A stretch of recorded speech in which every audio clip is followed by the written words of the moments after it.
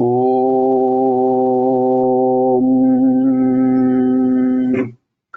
वागर्ताविव सम्पृक्तौ वागर्तप्रतिपत्तये जगदपितरौ वन्दे पार्वती परमेश्वरौ वसुदेव सुतं देवं कंसचाणूरमर्दनं देवकी परमानन्दं कृष्णं वन्दे जगद्गुरुं सदाशिवसमारम्भां शङ्कराचार्यमध्यमाम् अस्मदाचार्यपर्यन्तां वन्दे गुरुपरम्परां हरिः ओम्।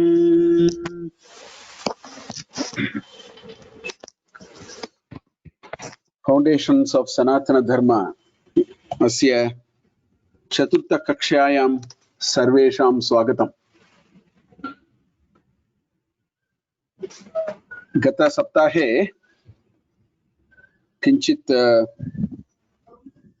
वेदवाङ्मये भारतीयज्ञानपरम्पराणां कीदृशाः अंशाः अस्ति इति किञ्चित्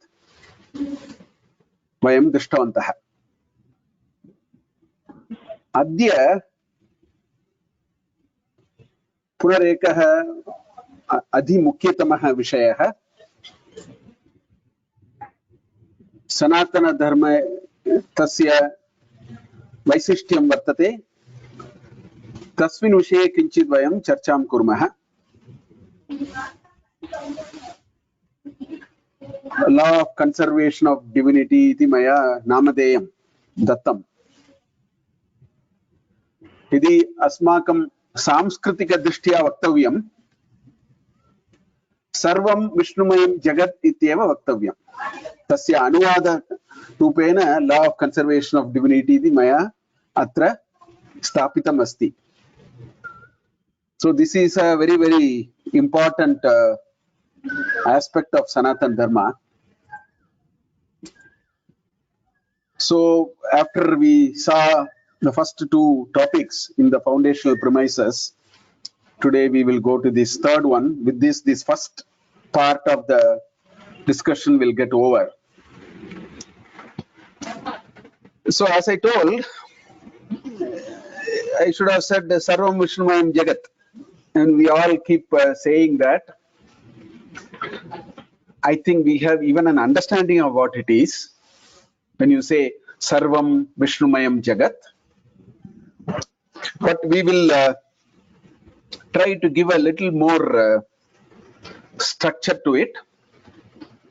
Let us formally understand. Let us reflect on some of the issues. Many of them, as you would have noticed, many of the things that we are talking in this course, somewhere we have a linkage. We are only clarifying certain aspects. We are connecting it, and we are strengthening that understanding a little bit. So let's talk about, first of all, the notion of what is this law of conservation of divinity,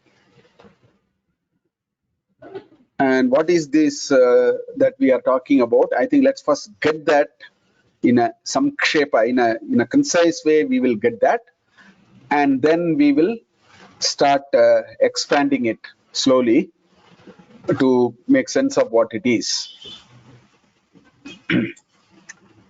So there is this very fundamental question, very basic and a very important question, which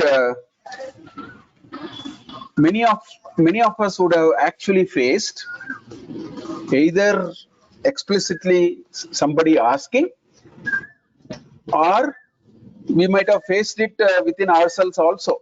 And what is that question? And that question is something like this. The question is, we have, this is what all Abrahamic religions say. We have one God. How many gods do you have? And some say that you have 330 million gods. 33 crores devas, 30 mukkodi, 33 koti devaha. So, some people say that you have 330 million gods. So this is the question. Now, I do not know how people are answering these questions, but quite often, this question is there in our minds, and we also come up with our own answers. So, what could be the answer? The answer is we have only God and nothing else. I think that is a much better way of giving an answer to this whole thing. We have only God. In fact, I heard this from Swami Dayananda Saraswati of Asha Vidya Kendra. Swamiji was once, I have heard him saying this a few times. We have only God. So it is not a question of one God, two God, or even 330 million gods. So this law of conservation of divinity is actually explained by this sentence. We have only God and nothing else. Now this is easier said than done. This is not a concept. There is no point in understanding this as a concept. In fact, that's not the idea of today's session also. It should go beyond that. Therefore, let us develop this idea. What exactly is intended by this? What exactly does it mean? So let us try to formally take it further. So here lies the crucial differences. There are some very fundamental differences between Abrahamic religions or Semitic religions, whichever way you want to say, and Sanatan Dharma. In fact, it has, in many ways, we have actually forgotten it, I must tell you. For example, it has become so commonplace for us. If somebody passes away, either near and dear, or somebody in the office and so on, actually we use certain sentences which are all Abrahamic. For example, may the soul rest in peace. So, this is nothing to do with Sanatan Dharma. This is, it has become so common for us. Because we adopt English and we learned it, these sentence structures. So, may the soul rest in peace is not anything to do with Sanatan Dharma. That is a certain articulation of Abrahamic religion. So, like that, many things have actually blurred in us. This is also one of them. So, if you take the Semitic religions, they have one God, okay, and one book or one sort of a primordial source, if you wish to call it. Maybe one day to worship. For Christians, it is Sunday.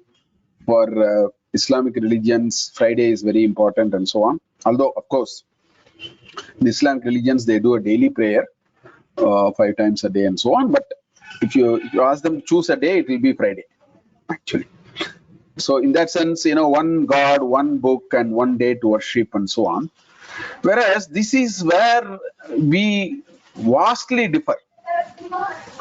As I told you, we don't have one God, we have only God. Na anyat kinchidasti, only God. We don't have one book. In fact, we do not know. In fact, Anantovai Vedaha, I mentioned it 2 sessions before.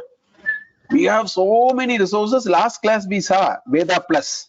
We have Veda and then Upaveda, Vedanga, Chaturdasha Vidyasthana, Ashtadasha Vidyasthana. Some of them are ever growing. Dharma Shastras are constantly growing piece of knowledge. So there is nothing like one book in Sanatan Dharma, and there is nothing like a certain time to worship. Essentially, it is 24/7. In fact, that is the ultimate goal. If you look at chapter 8 of Bhagavad Gita, there is 7th sloka in that. In that he says, Tasma Sarveshu Kaleshu Mam anusmara yudhyacha. That's what Krishna says. Tasmat sarveshu kaleshu mam anusmara. You remember me, think of me all the time. Yudhyacha. Fight this battle of life. Tasmat sarveshu kaleshu mam anusmara yudhyacha. Mayarpita manobuddhihi mameva yeshyati na samshayah. So that is our goal. Our goal is that, it is all the time we are able to think in terms of God. So it is not a certain time, appointed time you have to, and, then other times it's fine. That's why you have it, because these are ideas of the Abrahamic religion. That's why you have, a Mother's Day, Father's Day. I mean, one day is very important. They will go and see their parents, and then other days they are busy with their work and so on. That's how that particular culture has taken certain positions in terms of how they should handle, which is fine. All that I'm saying, I'm not going to get into the merits and demerits. That's not my interest now. All that I'm saying is Sanatan Dharma varies very significantly from these in a very fundamental sense. And one expression of that is law of conservation of divinity. Now, how do we understand it? So many ways we can understand it. Swami Vivekananda or Narendranath Datta, who later became Swami Vivekananda, he has been constantly going after people asking, have you seen God? Where is God? He went to even Rabindranath Tagore. One day, apparently, he jumped. Rabindranath Tagore was in the middle in a boat, boat house. He jumped into the, this backwaters of Ganges and swam up to him and asked him, did you see God? That was his strong desire. And so finally, he came and asked, Swami Vivekananda asked Ramakrishna Paramahamsa, have you seen God, sir?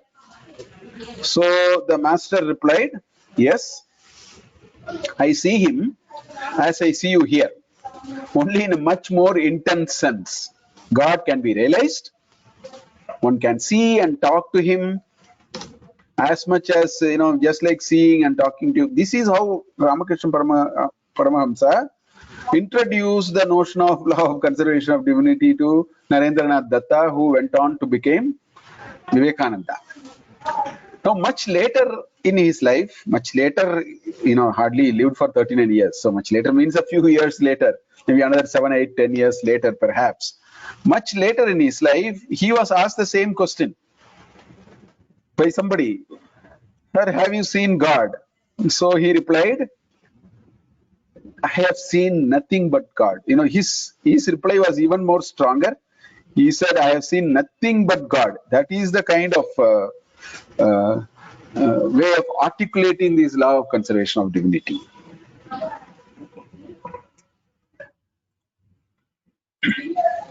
Now we will establish some axioms of law of conservation of divinity, because I'm now giving this whole lecture like a nice scientific concept. Let it be so. So let me establish some axioms of it, so that let it be an eternal law in our minds, firmly established. So let me really put it in a very structured way.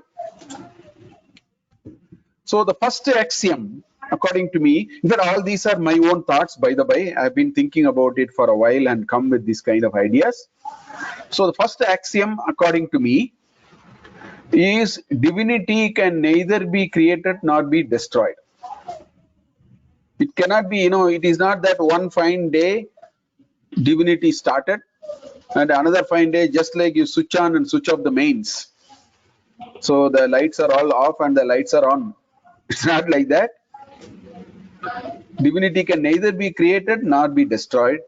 Now, if you understand this has very serious implications to the origin and the dissolution of the universe. In fact, science is actually stuck here because science is riding on Abrahamic religions.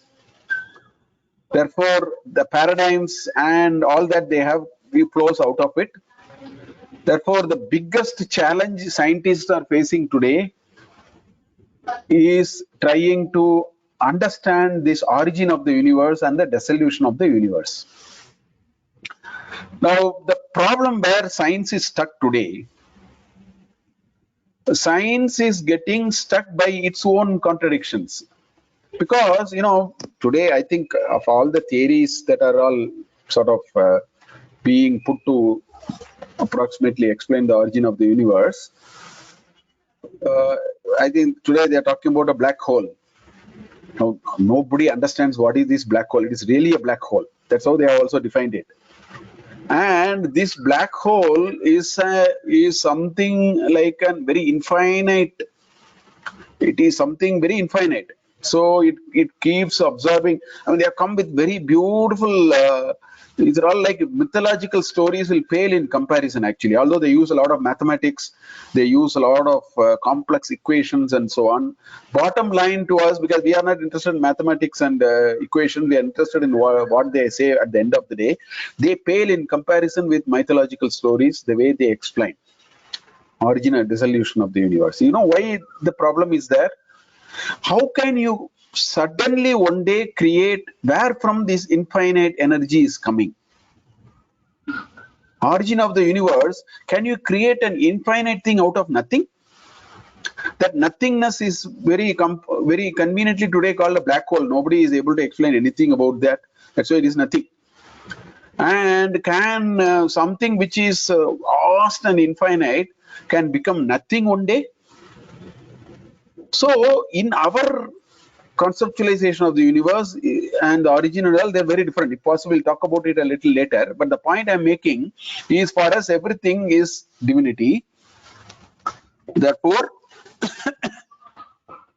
there is a way you can explain all these. So that is the first implication of this axiom. Now, the second axiom is, so if it cannot be, can either be created or destroyed, then the only thing that you can do is it can manifest and unmanifest itself in many ways. So what you see as something destroyed is actually unmanifestation, and what you see as not being destroyed and available and so on, that is called manifest. So the entire Upanishads, this I see in all the Upanishads, 10 major Upanishads, the other Upanishads also, the origin and the dissolution of the universe is not argued in terms of origin and dissolution in that sense. It is argued as the manifestation and the unmanifestation of the divinity. That is how they have sidestepped this beginning condition and the ending condition. Because, if you have a beginning condition, then the question people will ask is, what happened before that? And if you have ending condition, people will ask what will happen after that. I mean, there's boundary condition, as some question was also there some time back. What happened in the first time somebody asked? Because, those are all the problems when you really say something came out of nothing and something became nothing after some time. We have not done like that.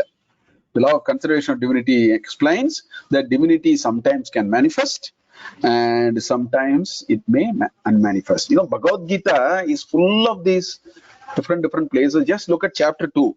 He says, Jatasya cha mrityo dhruvo mrityuh dhruvam janma mritasya cha.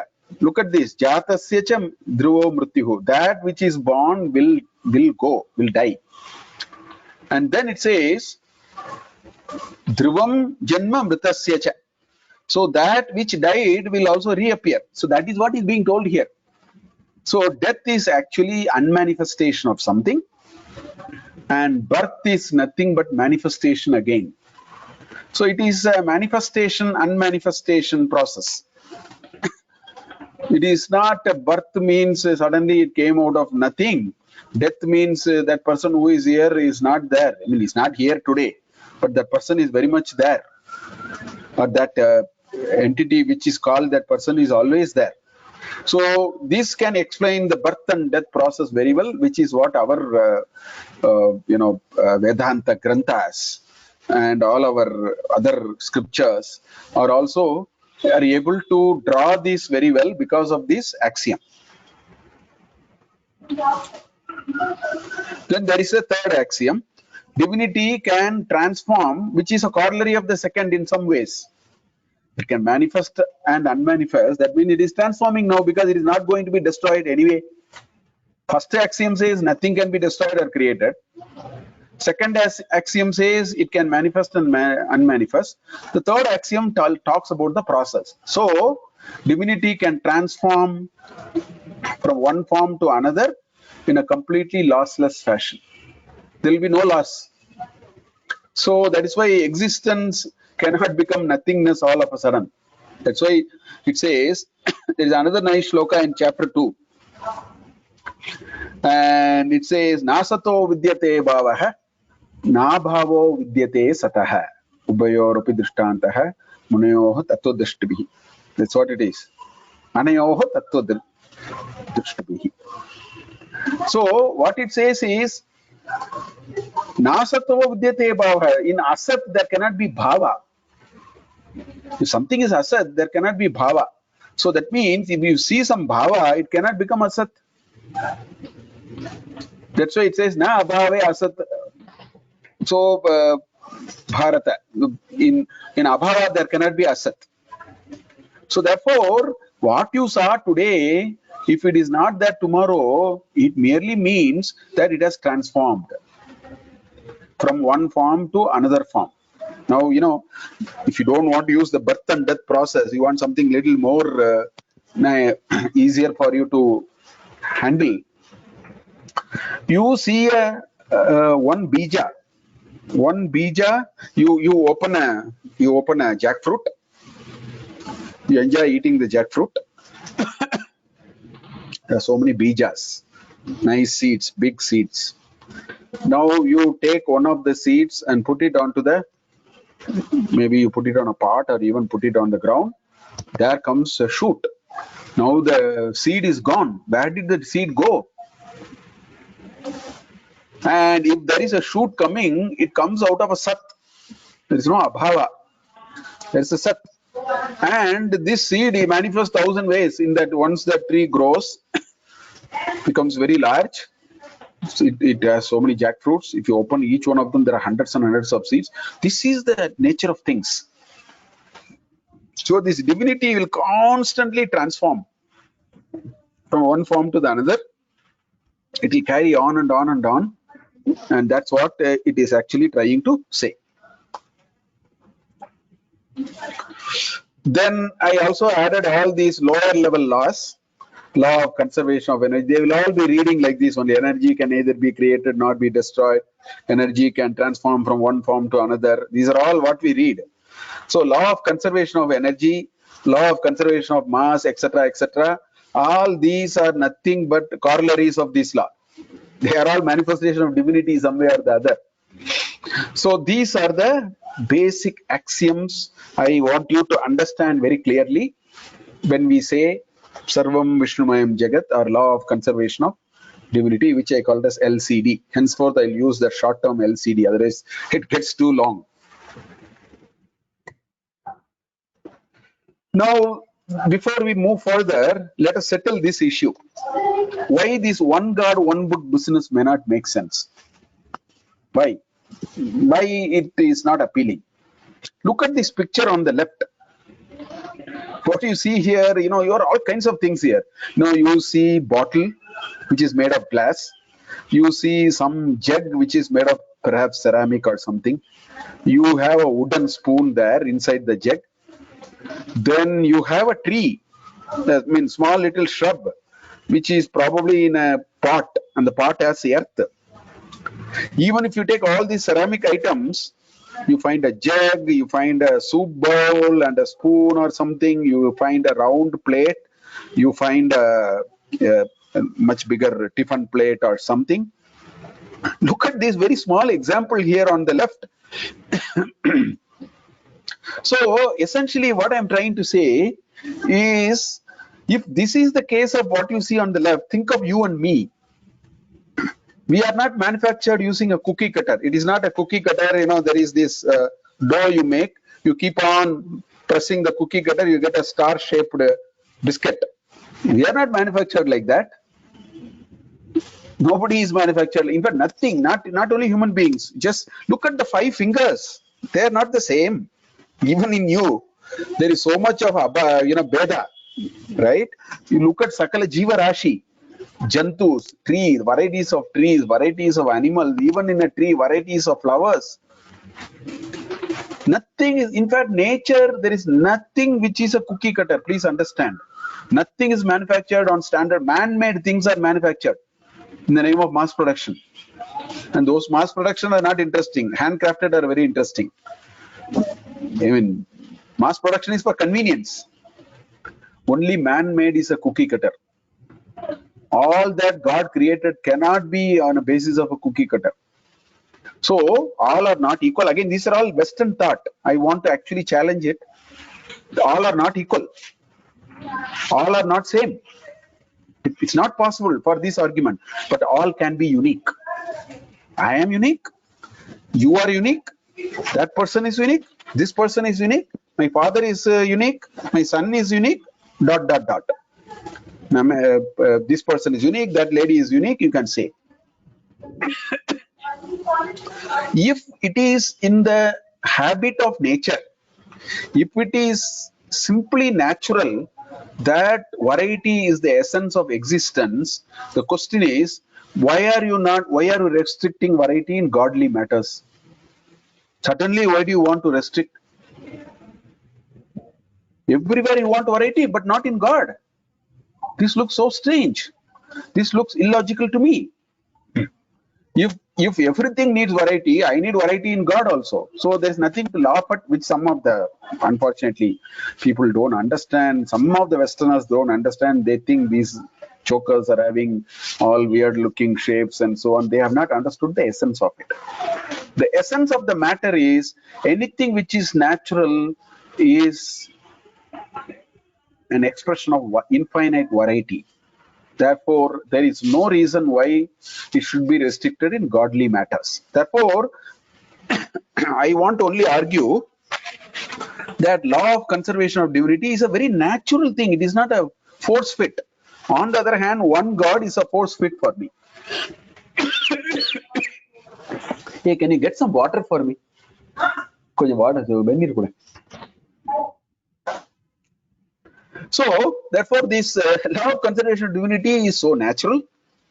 This one God, one book is so unnatural to me. I am not putting any value judgment on anybody or about any religion. I am not talking. I am only arguing logically what sort of appeals to me. It may not appeal to you. That's fine. I am only saying that this is very natural for me. Secondly, look at, somebody likes color, somebody likes shape, somebody like music, somebody like to be very intellectually sort of pursuing things. So when people are with so much of variety, their pursuit of religion and God must be commensurate to that variety. That's another reason. You can't straitjacket everybody to read the same book. I can't. In fact, I don't want to read a book. I don't want to even listen to it, and all that can happen. So all these matters are there. So this is the basic premise, and with which we will establish this law of conservation of divinity.